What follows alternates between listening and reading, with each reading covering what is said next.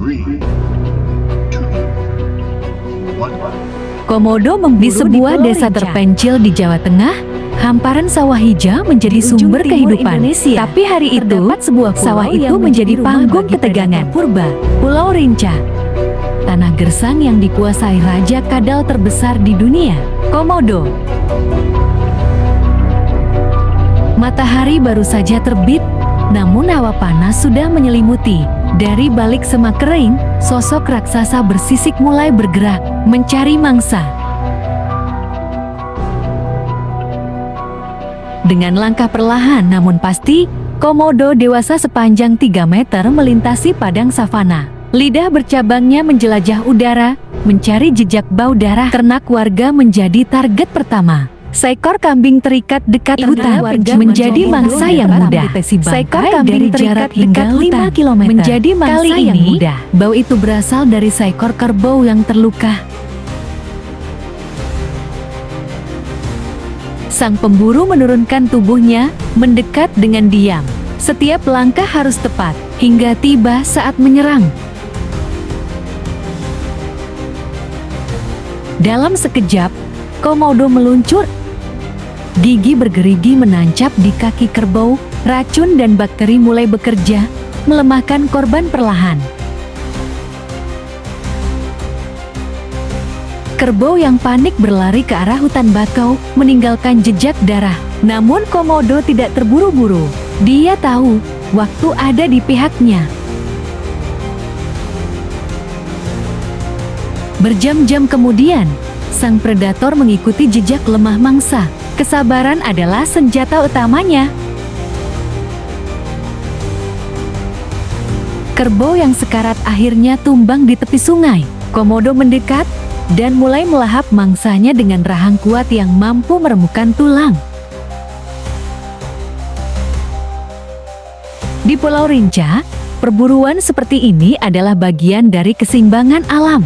Di sini, Raja Kadal Purba tetap mempertahankan tahtanya sejak jutaan tahun lalu.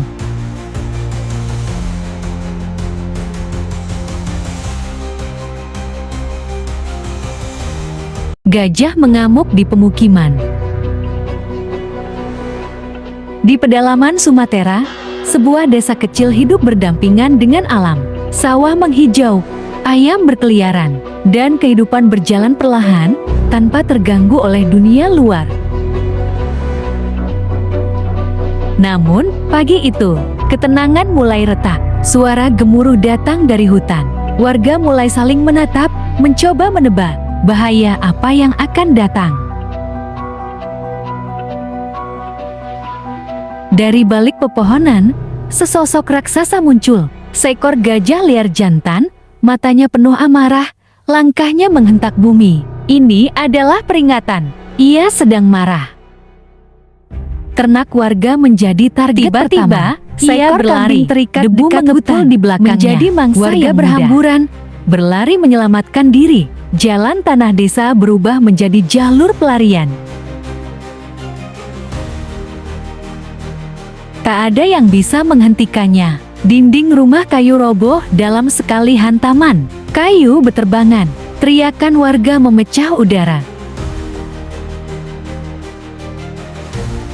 Seorang ibu meraih anaknya, berlari secepat mungkin. Mereka hanya punya satu tujuan: menjauh dari amukan sang raksasa.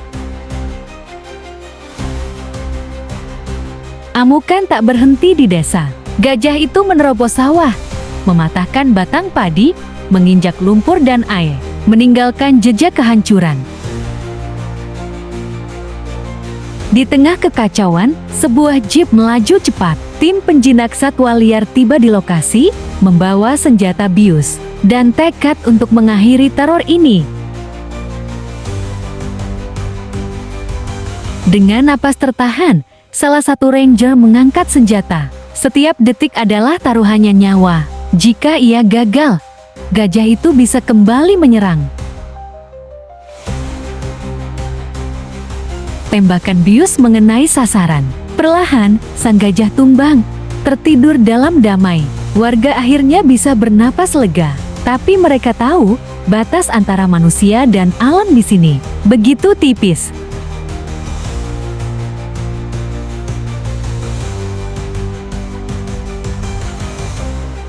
Serangan ular kobra di ladang padi. Di sebuah desa terpencil di Jawa Tengah, hamparan sawah hijau menjadi sumber kehidupan. Tapi hari itu, sawah itu menjadi panggung ketegangan. Pagi itu, para petani bekerja seperti biasa. Tak ada yang menyadari bahaya mengintai di bawah permukaan tanah basah. Pak Surya melihat tanah bergetar dan jejak melingkar yang aneh. Instingnya berkata, ini bukan tikus, ini jauh lebih besar. Dari lumpur sawah yang tenang, seekor kobra raksasa muncul. Tubuhnya berkilau, ternak warga lehernya terangkat tinggi, seekor kambing terikat dekat hutan, menjadi mangsa yang mudah. Suara teriakan memecah pagi. Para petani berlari meninggalkan peralatan mereka, berusaha menyelamatkan diri. Kobra itu tak terburu-buru, tapi matanya mengikuti setiap gerakan manusia yang terlalu dekat. Warga desa datang dengan bambu panjang, mencoba mengusir sang predator, tapi satu gerakan salah bisa berakibat fatal. Pertarungan antara manusia dan alam liar. Siapa yang akan menguasai ladang ini?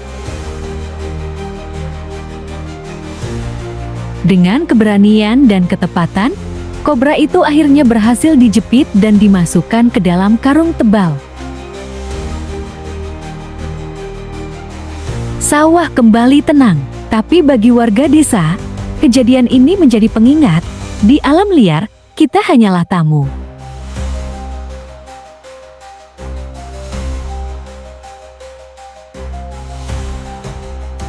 Paus terdampar di pantai selatan.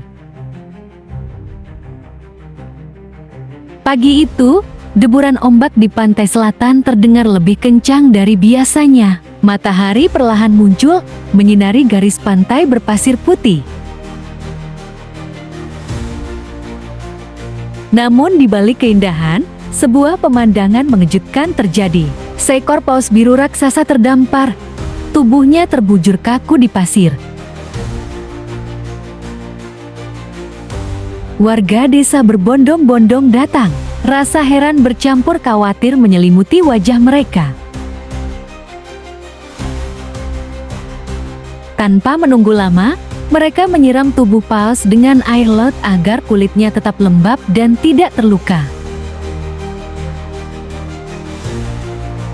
Namun, paus itu semakin lemah, napasnya terengah-engah, sementara tubuhnya semakin tenggelam dalam pasir basah.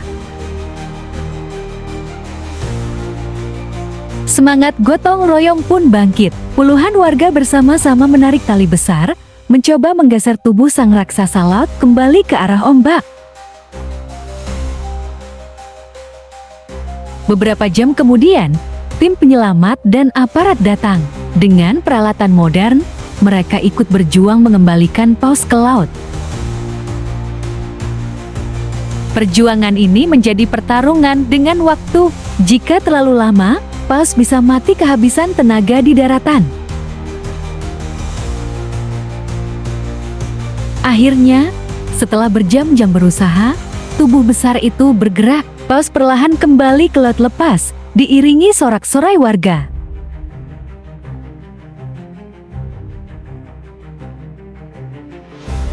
Di pantai selatan itu, manusia dan alam kembali bersatu. Sebuah bukti bahwa gotong royong bisa menyelamatkan kehidupan.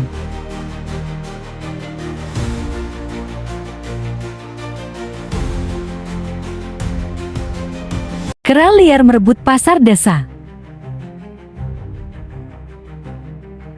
Pagi itu, pasar tradisional di kaki bukit mulai ramai. Pedagang menata dagangan, sementara pembeli berdatangan membawa keranjang bambu. Tiba-tiba, dari arah hutan, puluhan kera liar turun berkelompok. Mereka bergerak cepat, melompat dari atap ke atap. Suasana pasar yang semula tenang berubah ricuh. Kera-kera agresif mulai merebut makanan dan buah-buahan dari lapak pedagang. Warga berteriak panik, ada yang lari menjauh, ada pula yang mencoba mengusir kera dengan sapu dan kayu. Dagangan rusak berantakan, buah-buahan berserakan, dan beberapa lapak roboh akibat ulah kawanan kera. Warga akhirnya bergotong royong membuat barisan. Mereka berusaha menghalau kera dengan bunyi-bunyian keras. Namun, kera-kera itu tidak mudah menyerah. Beberapa ekor justru melawan, melemparkan barang dagangan ke arah warga.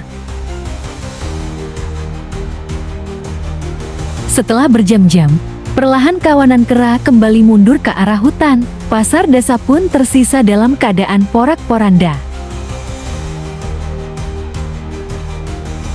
Kerugian pedagang cukup besar.